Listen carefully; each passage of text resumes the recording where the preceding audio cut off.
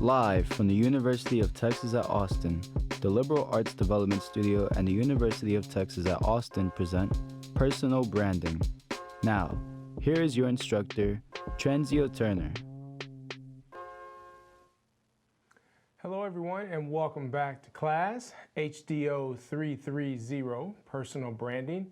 Today is our 6th speaker series interview, and we're excited to dive into the topic of managing my money and beyond. Today, our guests will be from UT Financial Wellness, and I will introduce them in just a second. But before we get going, I do want to thank everyone in the studio and the team for making it happen. Also want to definitely give a shout out to Beth. As always, she will be taking a look at the chat and curating any questions that we have. So I want to thank her for being here also. And again, we appreciate y'all being here. So I'm going to jump right into our speaker's bio. As I mentioned today, we have Texas Financial Wellness, and their mission is to improve the financial health of students in promoting academic success, personal development, and lifelong financial security. They do this by conducting comprehensive presentations and workshops, providing tailored one-on-one counseling, and conducting campus/community outreach to address students' distinctive and diverse needs. This team can meet with you one-on-one and offer counseling and financial wellness topics such as budgeting or managing debt. They are certified personal finance counselors and committed to maintaining the highest level of confidentiality, with all sensitive student information. They are also available to provide workshops and presentations to your group or organization to help you develop or continue your journey to financial wellness. Please join me in welcoming the team from Texas Financial Wellness, UncleASAR Al-Kabulan, and Mr. Daryl Dorman. Hello, gentlemen. Hey, how's it going? Good, good. Great to have both of you here. We appreciate it. I'm going to jump right into the questions so we can start talking about money and how to take care of it. All right. Let's start with an overview of Texas Financial Wellness. I know I just read the mission, but can you tell us a little bit more about your organization and what you offer to students? Sure. Thank you for that. I just want to say that was some nice funky music you brought us into the session with. That was nice. We try to set the vibe. Dig it. You did well. Texas Financial Wellness is a unit within financial aid. And what we try to do is, what we do rather, is to provide students with the tools necessary to manage their financial resources, your money, while you're a student and beyond graduation. And how do we do that? We provide financial presentations. We participate in interviews like this and other outreach activities across campus. And again, as you said, we offer one-on-one individual counseling sessions for students who have concerns with particular, some difficult financial challenges or concerns and things like that. And you can schedule an individual session with us at our website, financialwellness.utexas.edu. You just go on and there's a scheduling tool there, and you can choose the counselor that you'd like to meet with. That's great stuff. What a great resource. I'm so glad y'all are here because I don't know if all our student athletes are aware of it. So I'm excited that y'all are here today and that you offer that for the university.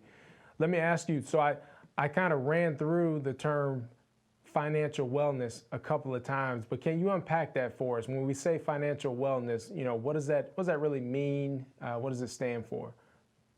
Sure, it's pretty simple.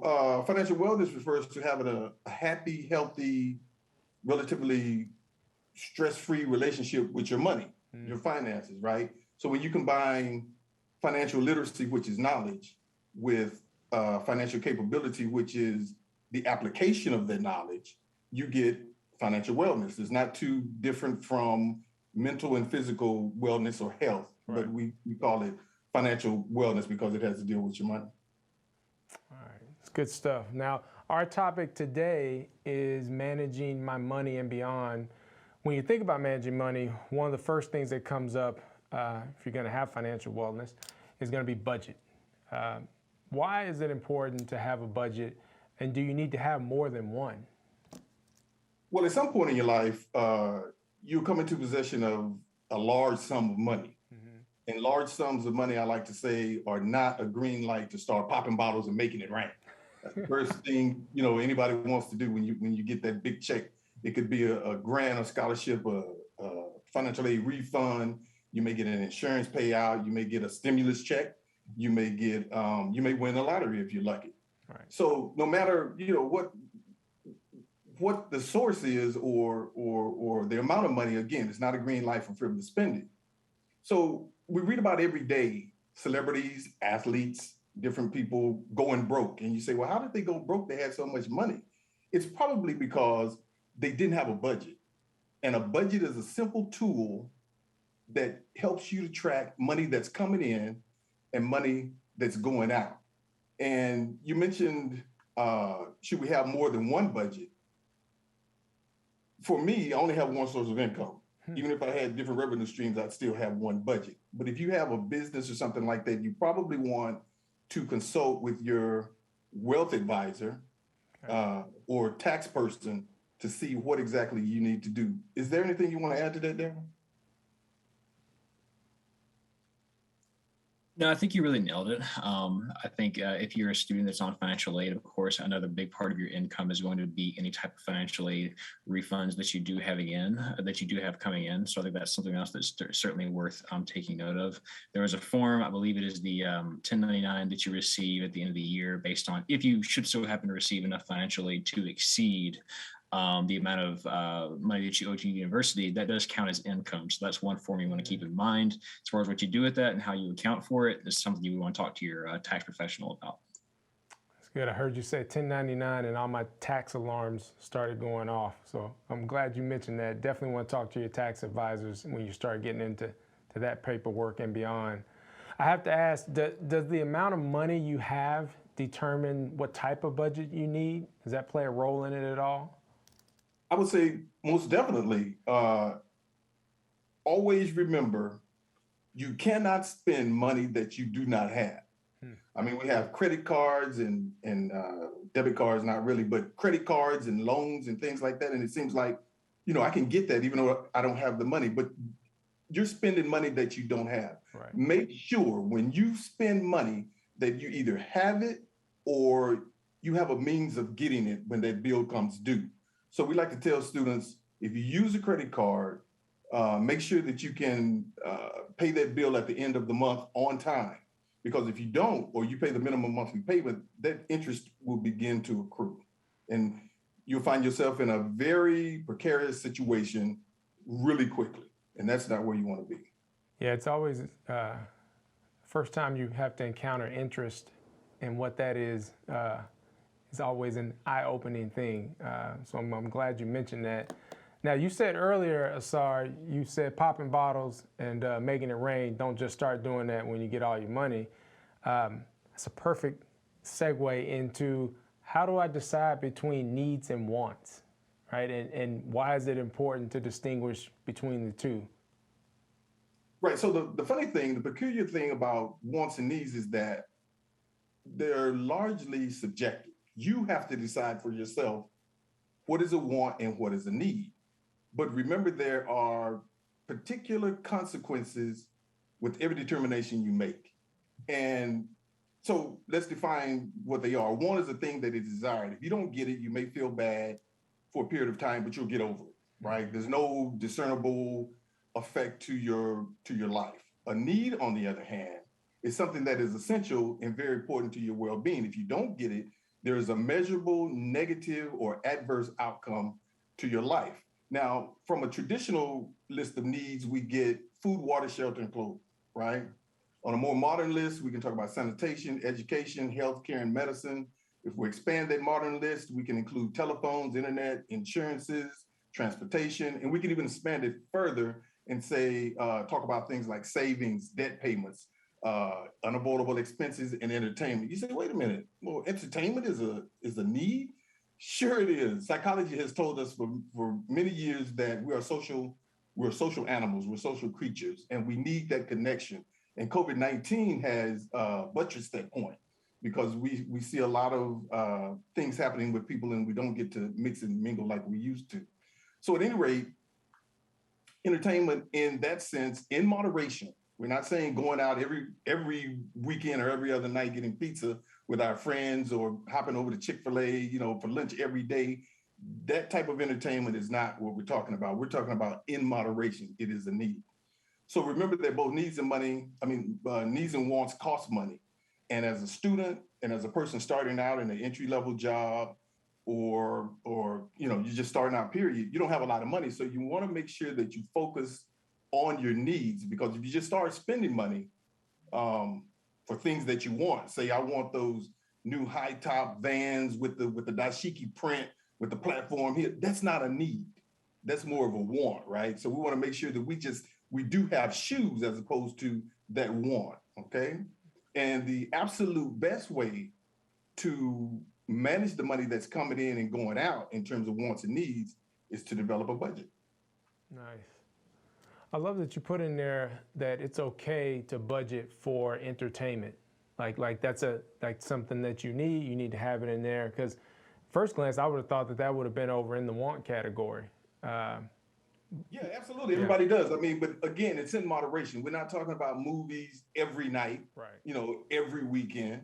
Has to be in moderation to satisfy that need that we have as social beings. Okay. All right. That's good to know that you can work that into your budget, but in moderation. And I'm assuming that as your income increases, there's more things that you can add to that over time. Is that fair? Sure. Absolutely. Okay. Can you talk about the importance of keeping personal and business finances separate, and share any insights for doing so along the way? And just a disclaimer for the class, ASAR and Daryl can't give any type of financial advice or anything like that. So we're going to steer clear of that. These are just more some thoughts on best practices in that. So Daryl, ASAR, with that in mind, can you talk about keeping personal and business separate and just some things to keep in mind in relation to that? Because a lot of these student athletes are starting their businesses for the first time because of name, image, and likeness and having their own personal brands. And there will need to be a separation of finances there. Sure. Well, I'm going to say basically the same thing you said, Trenzio, and that's you want to talk to your financial expert, your tax person, right, that kind of thing. We're not qualified to give that sort of advice. Daryl, did you have anything you wanted to add? Yeah, I would just say from experience, I do have something on the side that I do, a bit of business. And without giving anything specific, I would just say, please note, as far as whenever you are doing types of budgeting, to keep, as far as personal versus business expenses are a thing. And there's certainly something that you need to be aware of, because whenever you receive all that money for name, image, likeness, or whatever it is that you're doing, whatever your personal brand is, that is income and it is taxable. Anytime you have business expenses, that's only going to help you, because since it is taxable, of course, you're going to pay taxes on it. So again, without saying too much, I'll just say be sure to take note of things that are business expenses versus things that are personal expenses, and just keep a good record. That's going to go a long way for you. That's great advice, keeping those things separate. When it comes to balancing your personal expenses to personal income, outside of the budgeting stuff we talked about, are there other healthy habits or ratios to keep in mind? Like are there like this much for this or this much for that? Is there anything that y'all can share related to that? Sure. If you go on the web, there are myriad formulas, strategies and ratios to help you in terms of spending your money and budgeting. What we want to look at today is what's called the 50-30-20 budgeting method. Now, that's going to tell you no more than 25 to 30% of your gross monthly income should be going towards your rent or mortgage. And aside that, so that's 25 to 30%. Now, aside that, less than 20% of your monthly gross income should be spent on what's called mixed monthly fixed and variable expenses combined. That's car payments, other forms of transportation, groceries, utilities, cable TV, internet, childcare, laundry, debt payments, child support, and alimony and savings and stuff like that, right? And then most experts say saving at least 20% of your gross monthly income. So again, this is the 50-30-20 budgeting method. And so to break it down to, summarize, 50% of your income on essentials. We talked about the housing, the monthly fixed and variable expenses, save 20%, and then spend 30% of your income on the discretionary purchases, which would be travel, gifts, toiletries, barbering, hairstyling, entertainment is in there, clothing, electronics, lottery tickets, pet care, that kind of thing. Okay, so 50-30-20, 50 essentials, 30 discretionary, and 20 savings, right? Absolutely, yes. Okay. All right, now you just brought up the word savings, so got to get into that a little bit. Everyone knows it's important to save money. Why is it so hard? And why are some things, why is it so hard to do it, and why is it so hard to keep it in mind, even though we know it's important? Well, most of us are focused on the here and now at the moment, and we really don't think about the future. So it becomes very difficult to put things away for the future. My BFF from university, he's an engineer, so he's right out of school he was doing quite well. But he had this guy that approached him and he was like, "Hey man, why are you so tight with your money? Why are you so stingy? You can't take it with you. You know the old saying, you can't take it with you when you die." So we told my friend, you can't take it with you. And my friend said, "Well, what if I stayed?" So to the young people out there, barring any unforeseen accident, you're gonna stay for a minute.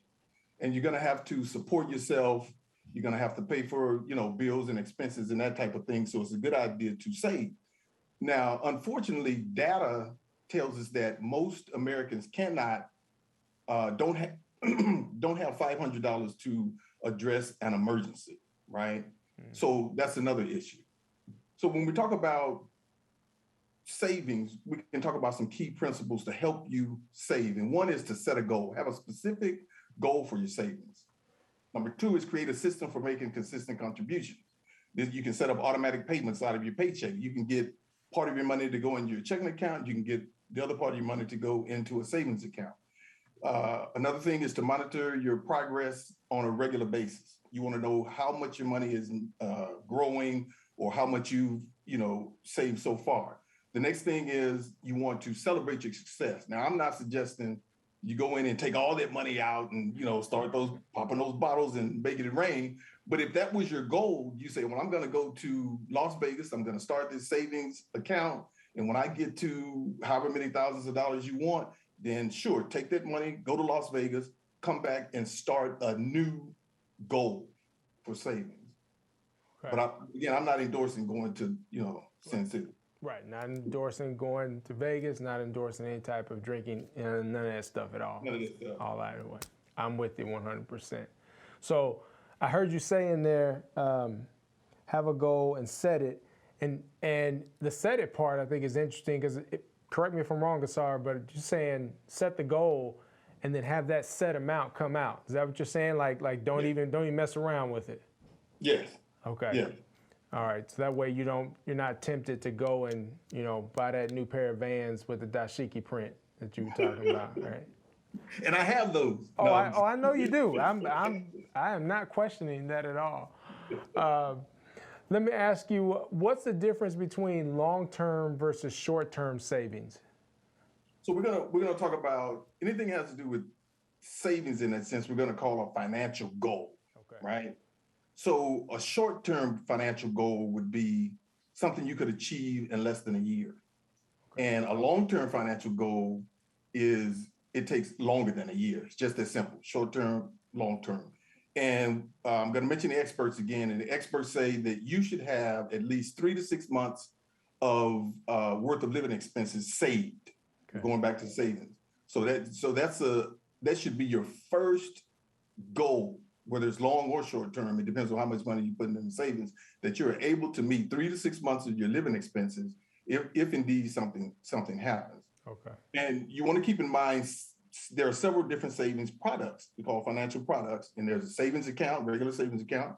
We can talk about mutual funds, money market accounts, retirement accounts, annuities, trusts, stocks, and bonds. We can't get into any of the, the minutia of telling you which one is best for you. Again, you should talk to your banker, you should talk to your wealth advisor, that kind of thing.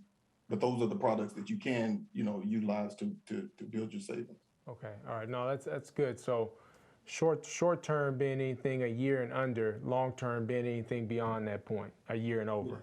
Yeah. Okay. All right. And you just hit on it, and Daryl mentioned it earlier with the tax professionals, but can you talk a little more about the benefits of working with certified personal financial professionals, accountants, and other financial experts when it comes to managing your money, especially as you start to build wealth? Sure. I'll just say this, that money is complex. And you want someone who is qualified, who is versed in the art of money, or whatever you want to call it, to assist you. I mean, you wouldn't want your defensive tackle playing quarterback, right? You want someone in that position who knows exactly what they're doing. I mean, of course, the defensive tackle he probably knows the plays better than the quarterback if he's been watching films and, paying attention in practice. But you get what I'm trying to say. Daryl, did you have anything to add? No, I think that pretty much sums it up. I mean, the bottom line is these are folks that are experts. These are people that are trained to help you manage things. And they're people that have seen your exact situation several times before, at least if you're going to a good one. So yeah, I think it's just a matter of understanding that there's a level of expertise there that is worth, hiring someone to take care of. Right. Well, so how did I do with that analogy, the football analogy?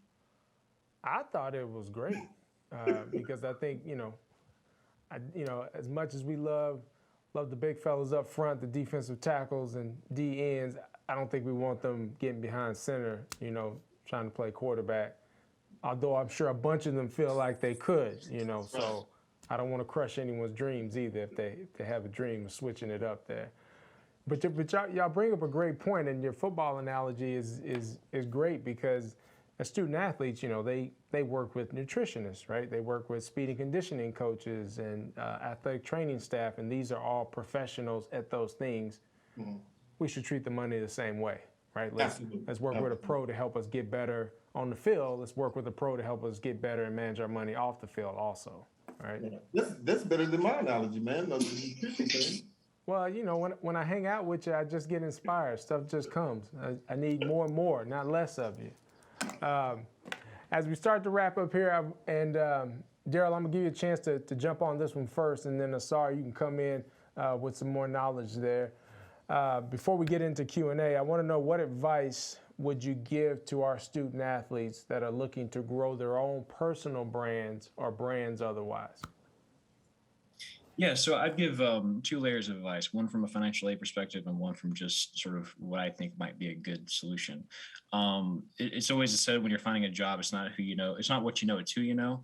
I think that could be said here as well. So I would find someone that has maybe done that. It never hurts to send out an email. It never hurts to find a connection somewhere. If anyone that you know of that you can get in contact with that has done something similar to what you were trying to do, in some way I would try to emulate their footsteps, or in some way I would try to contact them and see, hey, what did you do under these certain circumstances, et cetera, et cetera. Same thing goes for the certified financial advisor. Those are the type of people, again, that you want to talk to under these circumstances, because they're going to be the most knowledgeable to actually help you specifically handle the day-to-day of managing your own brand and handling all the money that you might be making. The other aspect of that is going to be from a financial aid perspective, which is that if you, and I know there are some of you that are on there that have a FAFSA, you turn in a FAFSA to us, you receive Pell Grant, maybe you receive some other things. FAFSA is a very complicated form, and it looks at your parents' income and it looks at your income. What you're receiving for name, image, likeness, what you're receiving as income from your brand or whatever it is that you're doing, that is, of course, income. And so it is going to affect your FAFSA. FAFSA looks 2 years back. So anything you're making right now will affect your FAFSA in 2 years. Now, you may not be here in 2 years. Great. That's totally fine. However, whatever your situation is. But in the event that you will be here moving forward, it's important to note that anything you receive now will affect your FAFSA down the road. So if you're receiving a Pell Grant, but you're making a lot of money off of this right now, it may affect your Pell Grant in 2 years, which is fine, but now you know. So another piece of advice here would just be to save some of that money. If you're receiving a lot of money right now, it's going to be very important to put some back, especially if you're wanting to continue your education here, and especially if you're wanting to just think long term in general. So in summary, find someone that's done it. Find someone that's qualified to help you, watch for your FAFSA, and save. That's the best advice I can give there. That's teaching tape right there. That's great stuff, Daryl. And you mentioned that S word again, save. That's for sure. ASAR, you got anything to add? Sure. This may be outdated information. I don't know. I'm kind of the old guy in the room. At this stage of your life, and at least when I was coming up, I want to talk about principles and values. You should be developing some sort of principles, meaning things that I will do and things that I won't do, those things that I value. Just keep those things in mind when you are considering attaching yourself to any or you know, creating some type of brand or attaching yourself to another brand. Because if you don't, I think Dr. King said, if a man doesn't have anything to live for, he isn't fit to live. I won't go that far. I'll just say that, you know, if you don't stand for something, you'll fall for anything. So you want to keep that in mind, your principles, when people start throwing stuff in your face. Well, this is a lot of money. You start seeing the dollar signs. Make sure you know who you are and what you really want before you make those decisions. Yeah, that's That great. makes sense? Yo, That was old school, wasn't it? No, that's not old school. That's old, new, and future right there. So that's great stuff. We talk a lot in this class about being authentic and being true to your brand and who you are and your values, putting them out front. And today, that's what people want from brands. So no, that advice is right on point. So you should not be wearing or supporting or doing any of that for something that is not, attached to who you are as a person and matches your values. So great advice from both of you. Thank you very much. With that being said, we'll get ready for some Q&A. We'll see what we have. Q&A. All right. Beth, are you still with us? I am. All I am right. still with us. I don't have any questions in the chat yet, but I've just reminded everybody, so hopefully we'll get something coming through. We do tend to get more questions after class than we do in class, but I'd love to see one or two come through. Absolutely. Yeah, ASAR and Daryl, to Beth's point, so the way the class works is on these Tuesdays, we have guests like yourself, and then on Thursday's class, we will discuss this interview session, and each student is asked to answer 3 questions. The first one being, what did you learn, right? And then y'all have dropped a whole lot of knowledge here, so I expect to get a lot of answers about what they learned. And then 2 would be, how would you apply these learnings to your personal brand? And then 3, is there anything that you wished you would have asked our speakers but did not? All right, so that's how we handle class on Thursdays. So I'm sure we'll have some questions come in if we don't have any right now. And any trickling in, Beth, or still silent on the chat? It's pretty quiet in the chat. See? We just want to remind your students that if they have any, they don't want to share anything here, they can contact us and meet with us individually. And that website, again, is financial wellness at utexas.edu. Utilize the scheduling tool there and set up an appointment. I'm so glad you mentioned that, ASAR. Absolutely. If there's anything, because it's your money, it's personal finance. So definitely don't want anybody discussing that out in the open in class. Reach out to the site that ASAR and Daryl have, and you can set up something one-on-one and knock it out. As you can tell, you'd be in good hands with these folks. So, well, Beth, if we don't have any questions, I just want to thank our guest again, ASAR Al-Kaibulan and Daryl Dorman, thank you both very much for being here. We appreciate you, and thank you for being part of the class. Thank you. Yeah, thanks for having us. All right, no problem. Again, class will be on Thursday. We'll see everyone at 12:30. Don't forget to fill out your questions, or excuse me, your answers. Go ahead and do that right now so you don't have to worry about it. And look forward to chopping it up with everyone. Be safe, take care of yourself, and take care of each other. Thank you.